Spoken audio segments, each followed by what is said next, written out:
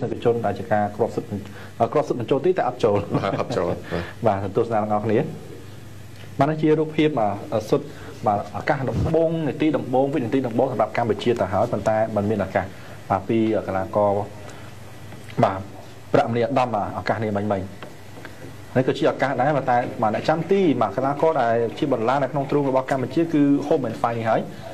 bữa tha cam chia không có đồng bao cho nó bàn tay mình ai tùm lúc sầm nanh mà vì nhẹ chăm tí hôm mình phải bàn thì mà chấm một cho nó đại cam chia mình là cả mà cho nó ra bàn tay và pi rạm liệt đâm tạiพอด បន្តិច ពី បាសឺវិសា នេះ ឱកាស របស់ កីឡាករ របស់ ក្រុម ម៉ាកាយ ផង ដែរ គឺ កីឡាករ លេខ 10 កីឡាករ Nicolas Mario Tarao បាទ ឱកាស ម្ដង នេះ គឺ មិន មាន ទៀត ទេ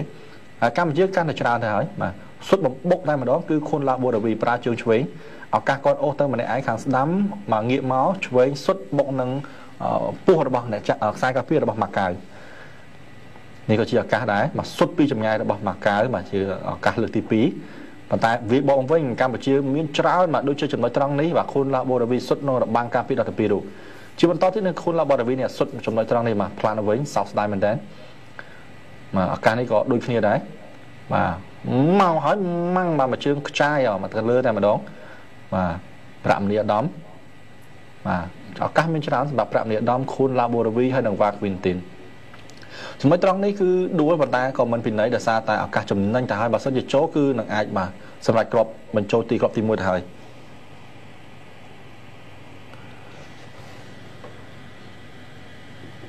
បន្តទៀតបាទលេខ12មិញគឺកីឡាករហូមិនហៅ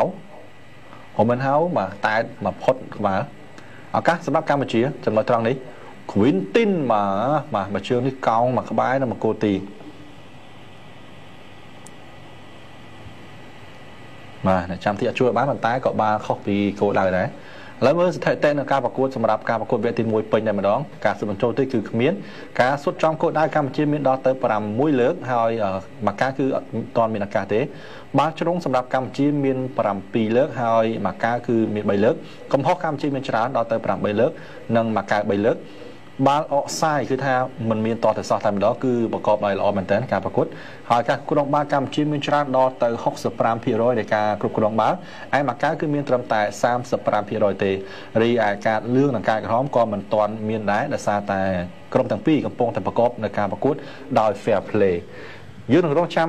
ទស្សនាការប្រកួតនៅវគ្គទី2នាពេលបន្តិចទៀតនេះហើយសង្ឃឹមថាកម្ពុជានឹងអាចមានគ្រាប់សុទ្ធបញ្ចូលទីបាទការប្រកួតដើម្បីមានគ្រាប់ចំណេញនៅក្នុងដៃកាន់ទៅទឹកដីម៉ាកាវនៅថ្ងៃទី17ខាងមុខការប្រកួតជំរុះ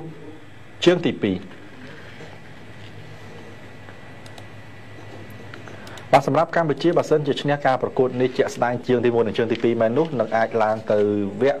ជំរុះបាទតាមពូលទាំង8ដែលក្នុងមួយពូលមាន5ក្រុមដោយការប្រកួតជំរុះនៅក្នុងថ្ងៃនេះគឺជើងទី1មានដល់ទៅការប្រកួតចំនួន6ប្រកួតដែលប្រកួតទី1បានបញ្ចប់ទៅហើយគឺក្រុមទី1បានឈ្នះម៉ុងហ្គូលី4-1ហើយការបញ្ចុះជួបជាមួយម៉ាកាវឥណ្ឌាជួបជាមួយនេប៉ាល់យេម៉ែនជួបជាមួយប៉ាគីស្ថានចិនតៃប៉េជួបជាមួយនឹងប្រ៊ុយណេនិងស្រីលង្កាជួបជាមួយនឹងក្រុមប៊ូតង់ការប្រកួតនេះនឹងចាប់ផ្ដើមហើយស្របពេលជាមួយហៅវែងពូបាឡូណាកន្លែងនេះអូហូយស្កាប់ដល់ខ្សែការពារទៅណាមតនឆ្ងាយទេប្រាក់មនីអាដាមសុទ្ធមួយជើងឆ្វេងកន្លែងនេះបានទេមួយជើងឆ្វេងប្រាក់មនីអាដាមបានសម្រាប់ទៅហើយមកបន្តទៅចាំវឌ្ឍនាការកីឡាករទៅចូលថ្មីអូហូការបន្តជាការមិនមើលឃើញដល់អស្ចារ្យសម្រាប់លោកនេះទៅដូរចូលប្រមាណពីឆ្នាំទីផងអាកាសបានគ្រប់ដល់ហើយសម្រាប់ក្រុមការពាររបស់មុខជាក្រុមម៉ាកាយទស្សនវិជ្ជាទាំង1ចេញពីតាមការធ្វើឲ្យបងប្អូនមានការតាមទាក់ខាងនេះគឺអបអរសាទរទៅជានេះមួយទៅចូលនេះចឹងបន្តអសតទៅចឹងដល់អសតចាក់មកតំណាការគាត់ក៏ខ្លួនឯងមកជើងឆ្វេងស៊ីនគាត់ចឹង